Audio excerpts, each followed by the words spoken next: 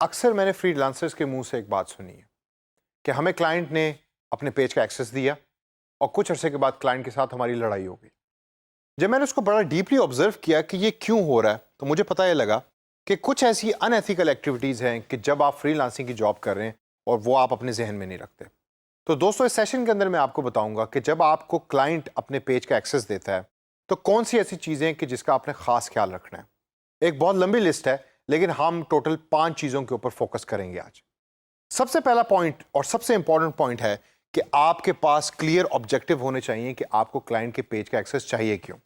अगर आपने उसके ऊपर एडवर्टाइजमेंट करनी है तो आप क्लाइंट से सिर्फ एडवर्टाइजिंग राइट्स मांगे, एडमिन राइट्स मांगने की जरूरत नहीं।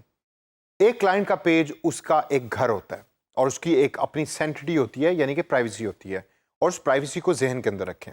जब आपके पास ऑब्जेक्टिव क्लियर होंगे तो आपके टारगेट्स भी क्लियर होंगे। वो टारगेट्स आप अपने क्लाइंट को बताइए और उनसे पूछिए कि क्या ये टारगेट्स वही हैं कि जो उनके जहन में भी हैं। जब ये सब चीज़ें क्लियर हो जाएं तो उसका एक डॉक्यूमेंट बना के क्लाइंट के साथ शेयर करें। इससे आगे अगर हम दोस्तों चलें तो एक बड़ा इंपॉर्टेंट पॉइंट है, वो है अप्रूव्ड कंटेंट का, जो अक्सर हम में से कई फ्रीलांसर भूल जाते हैं या उसको प्रैक्टिस नहीं करते। अप्रूव्ड कंटेंट से मुराद ये है कि जो भी कंटेंट आपने उस फेसबुक पेज पे पब्लिश करना है वो सबसे पहले क्लाइंट से अप्रूव करवाएं। मेरी पर्सनल प्रैक्टिस ये है कि मैं 2 हफ्ते का कंटेंट हमेशा बनाकर रखता हूं और अप्रूव करवा लेता हूं इन एडवांस। उसका फायदा ये है कि 2 हफ्ते पहले अगर आपने एक काम कर लिया है और उसको अप्रूव करवा लिया है तो सिर्फ जो लास्ट चीज रह जाती है वो रह जाती है पोस्टिंग। तो क्लाइंट भी इससे खुश रहेगा, आप भी इससे खुश रहेंगे और आपकी सेफ्टी भी इसमें बहुत ज्यादा होगी, क्योंकि क्लाइंट ने चूंकि उस चीज को अप्रूव किया है तो वो जानता है कि उसके फेसबुक पेज पे क्या चीज पोस्ट होने जा रही है। इस प्रैक्टिस को आपने एक रेगुलर प्रैक्टिस बनाना है। अगर आप इसको रेगुलरली नहीं करेंगे और अपनी मर्जी से चीजों को पोस्ट करेंगे तो क्लाइंट कभी भी इससे खुश नहीं होगा। तीसरा पॉइंट आता है कॉन्वर्जेशन स्टाइल्स का। हर ब्रांड अपने कस्टमर्स के साथ डिफरेंट तरीके से डिस्कस करता है चीज़ों को और डिफरेंट तरीके से इंटरेक्ट करता है। आप क्लाइंट से पूछिए कि अपने कस्टमर्स के साथ वो किस तरीके से इंटरेक्ट करना चाहते हैं। कुछ ऐसे क्लाइंट्स हैं जो बहुत फॉर्मल हैं, वो अपने कस्टमर्स के साथ बड़े केयरफुली डिस्कशन करते हैं और बात करते हैं, लेकिन कुछ ऐसे ब्रांड्स हैं कि जो बड़े कैजुअली अपने कस्टमर्स के साथ डिस्कस करते हैं। तो कॉन्वर्जेशन स्टाइल क्या होना चाहिए, ये हमेशा क्लाइंट से पूछिए और उसके ऊपर गौर से तवज्जो दीजिए और उसी को अपनाने की कोशिश करें। अक्सर आप ये फील करेंगे कि आप डिफरेंट ब्रांड्स के लिए काम कर रहे हैं तो डिफरेंट हैट्स आपको डिफरेंट मौके पे पहननी पड़ेंगी।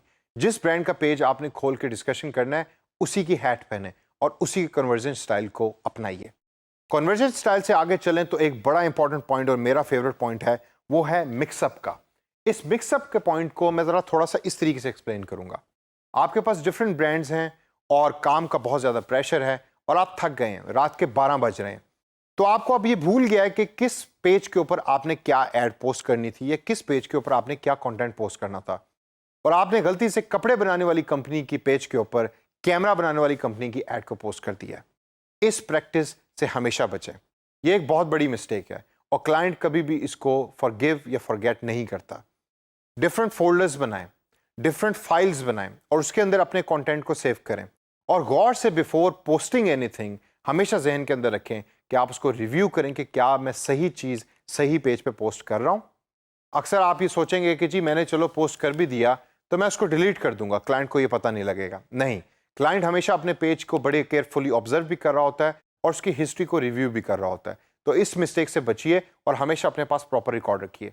और last but not the least दोस्तों, जो पॉइंट है वो है हिस्ट्री को रिव्यू करने का। पर्सनली जब भी आप किसी क्लाइंट के पेज का एक्सेस लेते हैं तो हमेशा देखेंगे हिस्ट्री के अंदर पहले किस किस्म की एक्टिविटीज़ हो चुकी हैं। उससे आपको क्लाइंट के बारे में भी पता लगेगा और उनकी मार्केटिंग कैंपेन्स के बारे में भी पता लगेगा। अगर तो क्लाइंट के साथ डिस्कशन के बाद आपको ये फील होता है कि क्लाइंट उसी तरह की कैंपेन्स को आगे कैरी फॉरवर्ड करना चाहता है तो आप उसको करें, लेकिन प्रीवियस हिस्ट्री को रिव्यू करने के बाद आपको एक पूरी फीलिंग मिल जाएगी उस ब्रांड की, जो बहुत ज़्यादा ज़रूरी है एक अच्छा डिजिटल मार्केटर बनने के लिए। तो दोस्तों, इस सेशन के अंदर हमने बात की कि एक क्लाइंट के पेज को जब आप मैनेज कर रहे हैं तो उसमें क्या क्या चीज़ें ऐसी हैं जो बड़ा केयरफुली आपने मैनेज करके चलनी है। अगर आप इन चीज़ों के ऊपर तवज्जो देंगे तो आप एक बड़े सक्सेसफुल फ्रीलांसिंग दुनिया के अंदर डिजिटल मार्केटर बन जाएंगे।